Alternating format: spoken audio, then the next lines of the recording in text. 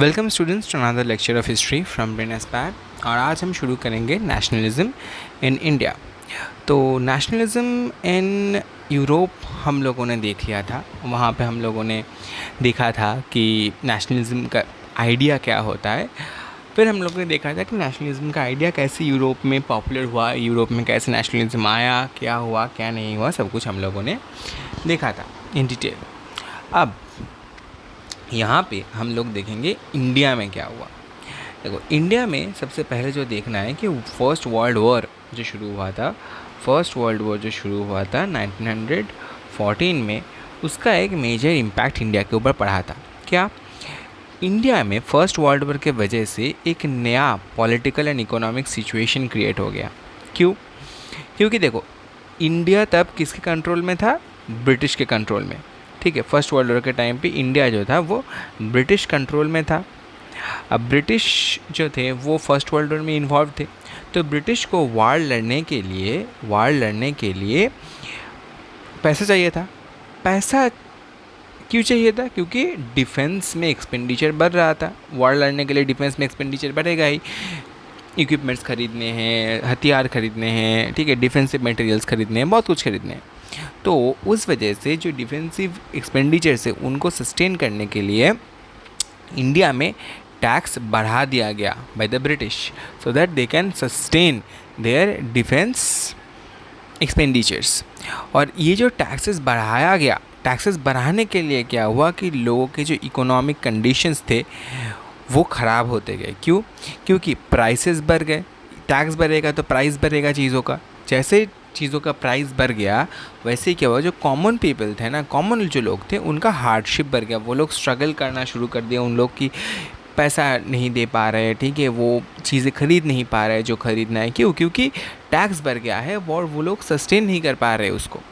इसके वजह से एक नया political and economic situation create हो गया। क्या पॉलिटिकल एंड इकोनॉमिक सिचुएशन, वो हम देखेंगे। देखो, पहला जो था वो था फोर्स रिक्रूटमेंट। जो गांव थे ना, गांव से लोगों को ज़ोर ज़बरदस्ती आर्मी में घुसा दिया जाता था और भेज दिया जाता था वर्ल्ड वॉर 1 में लड़ने के लिए। ज़ोर ज़बरदस्ती, फोर्स्ड। इससे लोग नाराज़ थे।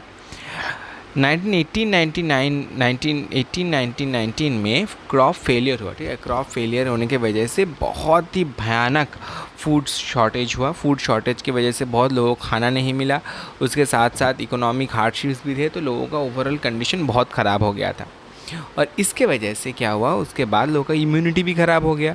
और उसी टाइम पे आया इन्फ्लुएंजा एपिडेमिक। इन्फ्लुएंजा एपिडेमिक की वजह से मिलियंस ऑफ पीपल डाइड। ठीक है, तो overall people were unhappy, people were dying, people were suffering. Now इसी से आया नेशनलिस्ट फीलिंग का शुरुआत। जो इकोनॉमिक हार्डशिप्स थे ना, उनके वजह से लोगों के मन में, लोगों के अंदर एक बहुत ही गुस्सा, बहुत ही एक नफ़रत धीरे धीरे बढ़ता गया अगेंस्ट द ब्रिटिश रूल। और वहीं से आया डिस्कॉन्टेंट। अब पीपल जो थे वो लोग एक्सपेक्ट कर रहे थे कि एक सेल्फ गवर्नमेंट होगा वार के बाद। उनका एक्सपेक्टेशन ये था कि वार ख़त्म होने के बाद वो लोग खुद को रूल कर पाएंगे और ब्रिटिश चला जाएगा इंडिया से। मगर उनको ये समझ में आया कि ये तो ऐसे ही नहीं होगा, वो लोग तो ऐसे ही छोड़ के नहीं जाएंगे। उन लोगों को भगाना पड़ेगा, उनको ज़ोर ज़बरदस्ती निकालना पड़ेगा देश से।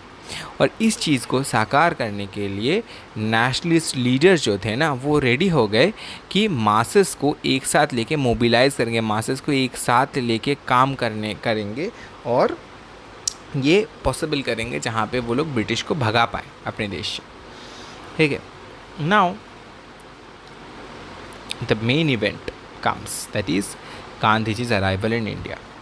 Gandhiji came in India in 1915. ठीक है, 1915 में वो साउथ अफ्रीका से इंडिया लौटे। साउथ अफ्रीका में भी उन्होंने बहुत सारे मूवमेंट्स लीड किए थे। फिर वो इंडिया लौटे 1915 में। लौटने के बाद उनका जो मेन आइडिया था ना गांधी जी का, वो था सत्याग्रह, ट्रूथ प्लस नॉन वायलेंस। वो बिलीव करते थे कि ट्रूथ जो है ना, सत्य जो है ना, उसका क्षमता बहुत ज़्यादा है, बहुत ज़्यादा। और अगर तुम सत्य के लिए लड़ोगे, तुम अगर ट्रूथ के लिए लड़ोगे, ट्रूथ को इस्टेब्लिश करने के लिए लड़ोगे, तो तुम ज़रूर सफल होगे। ठीक है, ऐसा गांधी जी का मानना था। और वो ये भी मानते थे कि नॉन वायलेंस, वायलेंस को वो बिल्कुल सपोर्ट नहीं करते थे। वो हमेशा ये विश्वास करते थे कि तुम्हारे साथ अगर कोई वायलेंस कर भी रहा है, तुम उसका जवाब दो नॉन वायलेंस से। उससे क्या होगा कि जो जो सामने वाला है ना, उसका कॉन्शियंस, मतलब तुम्हारे अंदर का जो सोल है ना, उसके ऊपर एक एक इफ़ेक्ट पड़ता है। अगर तुम किसी को मार रहे हो और वो तुमको मार नहीं रहा है, वो तुम्हें अच्छे से समझा रहा है, तो 2-3 बार मारने के बाद तुम्हें भी लगेगा ठीक है, अब मुझे भी रोकना चाहिए ये वायलेंस, मुझे भी बैठ के बात करना चाहिए। इसी चीज़ के ऊपर गांधी जी बिलीव करते थे। तो सत्याग्रह क्या है? वो है एक मेथोडोलॉजी, वो है एक process of getting your rights through truth and non violence. Very good. Now we come to the satyagraha philosophy. Satyagraha philosophy में गांधी जी ने क्या बोला था? गांधी जी ने बोला था कि जो ऑप्रेसर है ना, जो तुम्हारे ऊपर अत्याचार कर रहा है, उसको तुम नॉन वायलेंस से, विदाउट एनी वायलेंस तुम उसे परसुएड कर सकते हो, उसे समझा सकते हो विदाउट वायलेंस कि ये गलत है। ठीक है, it's not a physical force but a soul force. जो मैंने बोला कि तुम्हारे सोल को एक एक संदेश देना, तुम्हारे सोल को यह समझाना कि वायलेंस ख़राब है, वायलेंस गलत है, वायलेंस मत करो, समझो मेरी बात, मुझसे बात करो, ये समझाने के लिए फिज़िकल फोर्स के ख़िलाफ़ थे वो। और इसका मेन एम था कि convert opponent, not defeat them. मतलब फिजिकल वायलेंस में क्या होता है कि एम क्या रहता है कि सामने वाला जो ऑपरेसर रहेगा या ओपोनेंट रहेगा, उसको मैं फिज़िकली हरा दूंगा, physically I will make them loose.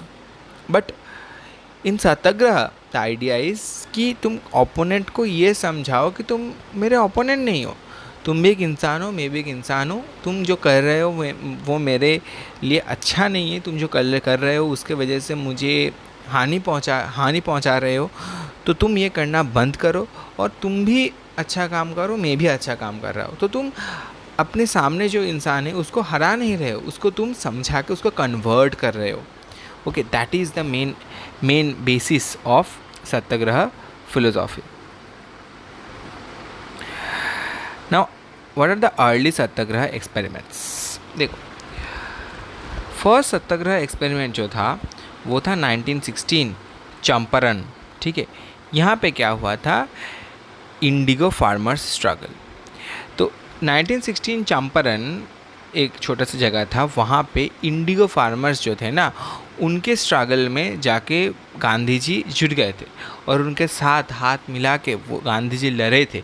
और this was Gandhi ji's first satyagraha और first movement that Gandhi ji participated in after coming to India. Champaran Satyagraha 1916, ये भूलेंगे नहीं। ठीक है, फिर आता है 1917 खेदा सत्याग्रह। यहाँ पे जो पेजेंट्स थे उनका डिमांड क्या था कि टैक्स कम दो, टैक्स रेमिशन यानी टैक्स कम कर दो, ये उनका मेन डिमांड था। और इस डिमांड में गांधी जी जुड़े थे। ये था उनका दूसरा सत्याग्रह, खेदा सत्याग्रह। और तीसरा था 1918 अहमदाबाद सत्याग्रह, जहाँ पे मिल वर्कर जो थे ना वो स्ट्राइक पे चले गए थे और उनको सपोर्ट करने के लिए गांधी जी गए थे अहमदाबाद। तो ये था गांधी जी का थर्ड सत्याग्रह। तीनों से बहुत क्वेश्चन आता है। ठीक है, तो ये तीनों थोड़ा याद रखना है। अब जो अर्ली मूवमेंट्स थे उनसे हम लोगों को क्या समझ में आया कि पेजेंट्स, वर्कर्स, कॉमन पीपल, ठीक है, ये जो तीन सेक्शंस हैं ना, इन तीनों को यूनाइटेड करना पड़ेगा, इन तीनों को एक साथ लेके चलना पड़ेगा। और अगर इनको लेके चल पाए तो वो सक्सेसफुल होगा। नॉन वायलेंस में देखा गया कि ये इफ़ेक्टिव है मास स्ट्रगल के लिए, सबको लेके एक स्ट्रगल करने के लिए नॉन वायलेंस एक इफ़ेक्टिव मेथड है, इट्स वेरी इंपॉर्टेंट। और लार्जर मूवमेंट्स जो थे, ठीक है, उनका बेस तैयार हुआ। कौन से मूवमेंट्स है? चंपारण, खेदा एंड अहमदाबाद। 1916, 1917 एंड 1918, है ना। नाउ देखो, यहाँ पे एक चीज़ हमेशा याद रखना, खेदा में ये जो पेजेंट्स टैक्स रेमिशन डिमांड है ना, ये खेदा के लिए था, ठीक है। इसको चंपारण से मिस्टेक मतलब कंफ्यूज मत कर लेना। ये बहुत लोग बहुत क्या करते, इसको यहाँ लिख देते, मत करना, ये रॉन्ग है, बता दिया मैंने। अच्छा, फिर आता है एक बहुत ही इम्पोर्टेंट इवेंट जो था रावलट एक्ट ऑफ 1919। तो रावलट एक्ट ऑफ 1919 ये एक एक्ट था, एक लॉ था, जिसके अंदर ये बोला गया कि अब जो भी पॉलिटिकल प्रिजनर्स से उनको तुम ट्रायल के बावजूद विदाउट ट्रायल तुम उनको डिटेन कर सकते हो। मतलब समझो क्या होता है कि नेचुरली तुम अगर कोई क्राइम के लिए तुम्हें अरेस्ट किया गया तो तुम्हें जल्द से जल्द एक फेयर ट्रायल मिलेगा जहाँ पे ये डिसाइड होगा कि क्या तुम इन रियलिटी क्या तुम गिल्टी हो या नहीं हो। उसको बोलते हैं ट्रायल, जहाँ पे वो कोर्ट रूम में सब कुछ होता है ना, जो सवाल जवाब सब कुछ, उसको। अब इस चीज़ को डिनाई कर रहा है, बोल रहा है कि किसी को, कोई भी पॉलिटिकल प्रिजनर है जो मतलब मूवमेंट में शामिल है, ठीक है, या ब्रिटिश पावर के खिलाफ कोई मूवमेंट कर रहा है, कोई कुछ भी कर रहा है, उसको तुम अरेस्ट कर सकते हो और उसको तुम रख सकते हो फॉर अनलिमिटेड टाइम, तुम उसे जेल में रख सकते हो without giving that person a trial, जो बहुत गलत है। और इसको देखा गया as a betrayal after war time sacrifices. अब देखो, इंडियंस ने बहुत सारा सैक्रिफाइस किया था फर्स्ट वर्ल्ड वॉर में, ठीक है, ब्रिटिश के लिए, मगर उसके बाद भी ब्रिटिश ऐसा कर रहा था इंडियंस के साथ, जिसको एक बिट्रेयल जैसा देखा गया बाय द इंडियंस। और इसके वजह से बहुत ज़्यादा गुस्सा, बहुत ज़्यादा नफ़रत तैयार हो गया against the British in Indian minds. Alright, now इसके इम्पैक्ट क्या थे वो हम नेक्स्ट क्लास से स्टार्ट करेंगे। आज के लिए इतना ही। Thank you for attending the class and we will meet soon.